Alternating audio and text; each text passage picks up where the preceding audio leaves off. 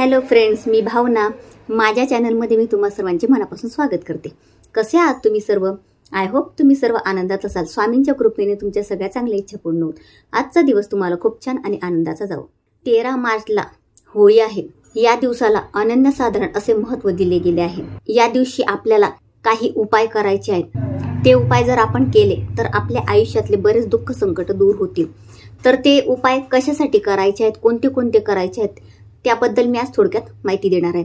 जर तुम्ही माझ्या चॅनलवर नवीन असणार आणि तुम्हाला माझा हा व्हिडिओ आवडला तर व्हिडिओला एक लाईक आणि चॅनलला सबस्क्राईब नक्की करा. या दिवशी होळी आहे आणि गुरुवारही आहे आणि पौर्णिमा आहे, म्हणून हा दिवस खूप महत्त्वाचा आहे. आज मी तुम्हाला जे जे उपाय सांगेल त्यातले तुम्हाला जे शक्य होतील ते करा. म्हणजे त्यातला एखादा उपाय तरी करायचा प्रयत्न करा. सगळ्यात पहिला उपाय म्हणजे तुमच्यावर कर्णीबाधा झाली आहे का? तुमच्यावर नजरबाधा झाली आहे का? कोणाची सारखी सारखी दृष्ट तुम्हाला लागते का? आपण बघा, एखाद्या व्यक्तीला म्हणतो की किती छान दिसतो, याला किती चांगलं सगळ्या गोष्टी येतात. आपण म्हणजे समोरच्याची खूप तारीफ करत असतो. तर त्यामुळे काय होतं, आपल्याला नजर लागते. काहींना नजर खूप लवकर लागते. त्यामुळे काय होतं, बऱ्याच जणांना मग आजार पण येतं किंवा ते चिडचिड करतात किंवा त्यांची प्रगती खुंटते. तर या गोष्टी नजरबाधा कर्णीबाधामुळे होत असतात. किंवा तुम्हाला पैसा तुमच्या घरात येत नसेल, काही ना काही कारणास्तव निघून जात असेल, म्हणजे तुम्हाला पैसा हवा असेल जास्तीत जास्त, तर यासाठी तुम्ही हा उपाय करू शकता. होळीच्या दिवशी रात्री तुम्हाला 1 रुपयाचे नाणे, 1 रुपयाचा कॉईन येतो बघा, तो तुम्हाला पिलोच्या खाली ठेवायचा आहे, म्हणजे उशीच्या खाली ठेवायचा आहे. सकाळी उठल्यानंतर म्हणजे रात्रभर तो कॉईन तसाच ठेवायचा आहे खाली, उशी खाली. आणि सकाळी उठल्यानंतर तो कॉईन तुम्हाला उचलायचा आहे आणि तो एखादा जो तुमच्याकडे कचऱ्यावाला येत असेल बघा घ्यायला, किंवा झाडू मारणारा असेल, तर त्याला तुम्ही तो कॉईन द्यायचा आहे. किंवा एखादा गोरगरजू असेल त्याला तुम्हाला तो दान करायचा.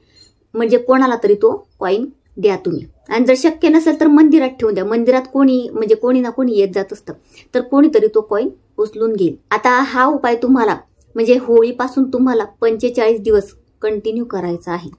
आता याला काही पिरियड्स, विटाळ, सूतक कशाचं काही बंधन नाही. म्हणजे तुम्ही 45 दिवस कंटिन्यू हा उपाय करू शकता. म्हणजे पिरियड्स आले, सूतक आले, विटाळ आला, त्यात करायचं नाही असं काही नाही. आता मी तुम्हाला कर्णीबाधा, नजरबाधा सांगितलं.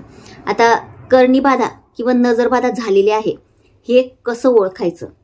जर तुमच्या घरात कोणाला झाली असेल तर एक लसूणची पाकळी घ्यायची, तिला सोलून घ्यायची, ती तुम्हाला उशीखाली ठेवायची आहे आणि रात्री झोपून जायचं आहे. आणि सकाळी उठल्यानंतर ती पाकळी जर पिवळी झाली किंवा खूप सुकून गेली तर तुम्ही समजून घ्या तुम्हाला नजर लागलेली आहे किंवा तुमच्यावर कर्णीबाधा झालेली आहे. म्हणजे ज्याच्यासोबत हे झालं असेल त्याच्या उशीखाली ठेवायचं. आता तुमच्या घरात 4 व्यक्ती आहेत, प्रत्येकाच्या उशीखाली ठेवायचं आहे. ज्याच्या उशीखाली तसं झालं म्हणजे लसूण पिवळा झाला किंवा सुकून गेला, तर तुम्ही समजून घ्यायचं की मला नजर लागली आहे किंवा कर्णीबाधा झाली आहे. तर त्यावर तुम्ही उपाय करू शकता. म्हणजे आपल्या चॅनलवर बरेच व्हिडिओ आहे, तर ते उपाय तुम्ही बघू शकता.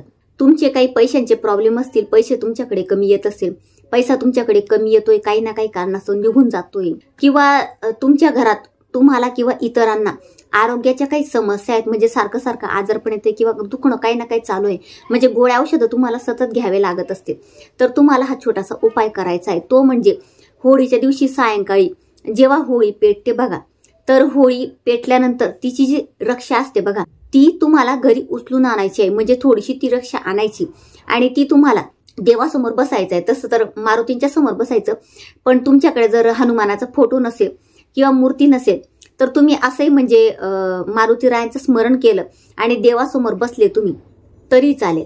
तर मारुतीरायांच्या समोर तुम्हाला मोहरीच्या तेलाचा किंवा तिळाच्या तेलाचा दिवा लावायचा आहे. दिवा लावल्यानंतर त्यात 2 लवंग टाका आणि हनुमानांना तुम्हाला मनोभावे प्रार्थना करायची आहे. हनुमानांची आरती करा. तुमच्यावर काय संकट आहे त्यांना सांगा. नक्की हनुमान तुम्हाला त्या संकटातनं बाहेर काढणार आहेत. आता तुम्हाला शनीचा काही त्रास असेल, 7.5 असेल किंवा छोटीशी पनवती चालू असेल तुम्हाला, तर तुम्हाला हा छोटासा उपाय करायचा आहे. म्हणजे त्याचा प्रभाव निघून जाण्यासाठी तुम्हाला उपाय करायचा आहे. 11 काळे मिरे असतात बघा, आपण मसाल्याच्या पदार्थात वापरतो, त्याचे 11 दाणे घ्यायचे आहेत आणि 1 रुपयाचे 11 किंवा तुम्हाला जेवढे शक्य होतील तेवढे 1 रुपयाचे नाणे घ्यायचे. कमीत कमी 11 घ्या. जर तुम्हाला 11 पेक्षा जास्त शक्य असेल तर जास्त घ्या. हे सगळं घेतल्यानंतर तुम्हाला काळ्या रंगाचा एक कापड घ्यायचा आहे, त्यात हे सगळं बांधायचं आहे. त्याची एक पोटली तयार करा. पोटली तयार केल्यानंतर तिला तुम्हाला दान करायचं आहे. आता तुम्ही म्हणणार ताई असं कोणी दान घेणार आहे का? मी समजू शकते, ठीक आहे, काही हरकत नाही. जर तुम्हाला दान करणं शक्य नसेल तर एखाद्या मंदिरात तुम्ही ठेवून द्या, कोणीतरी म्हणजे ती घेऊन जाईल. आपल्याला बघा म्हणजे असं कोणावर काही आपल्याला काही करणी वगैरे काही करायची नाही, म्हणजे आपण काही त्याच्यासाठी ती गोष्ट केलेली नाही आहे. पण कसं असतं की म्हणजे ती पोटली कोणीतरी घरी घेऊन गेलं, त्याचा कोणीतरी वापर केला किंवा कोणी नेली तर तुमची जी 7.5 आहे ती निघून जाणार आहे. आता हा शेवटचा उपाय आहे, तो म्हणजे इच्छेसाठी. तुमच्या मनात एखादी इच्छा आहे ती तुम्हाला पूर्ण करायची आहे, त्यासाठी तुम्ही हा उपाय करू शकता.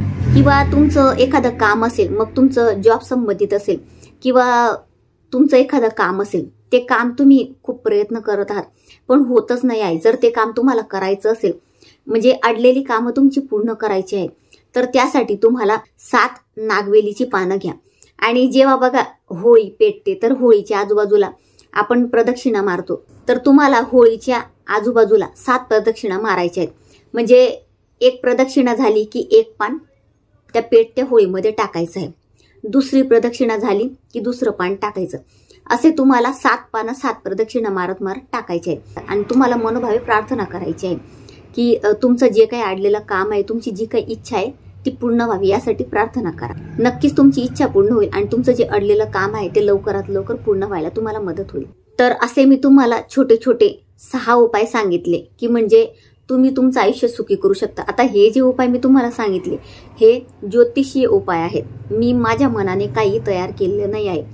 पण मी तुम्हाला सांगते म्हणजे याचा रिझल्ट तुम्हाला मिळणार म्हणजे मिळणार आहे. तुम्ही खाली माझे व्हिडिओ बघा, तुम्हाला म्हणजे असं वाटत असेल की मी काही सांगते तर तुम्ही खाली नक्की व्हिडिओ बघू शकता. तुम्ही कमेंटमध्ये बघा, बऱ्याच जणांनी कमेंट केलेली आहे की त्यांना फरक दिसला आहे. आणि जे काही म्हणजे आमच्या गुरुजींचे उपाय असतात ते वास्तुशास्त्रज्ञ आहेत, तर तेच मला उपाय देत असतात, म्हणून मी तुम्हाला हे उपाय देत असते. म्हणजे मला ज्याच्यावर विश्वास असतो, जी गोष्ट मला योग्य वाटते तीच मी तुम्हाला देत असते, ती मी करते आणि तुमच्यापर्यंत पोहोचवत असते. तर हे उपाय करा आणि तुमचं आयुष्य सुखी करा.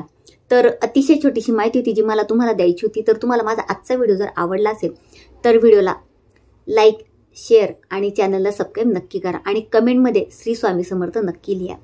पुन्हा भेटूया अशाच एका नवीन व्हिडिओ सोबत. तोपर्यंत सर्वांना श्री स्वामी समर्थ.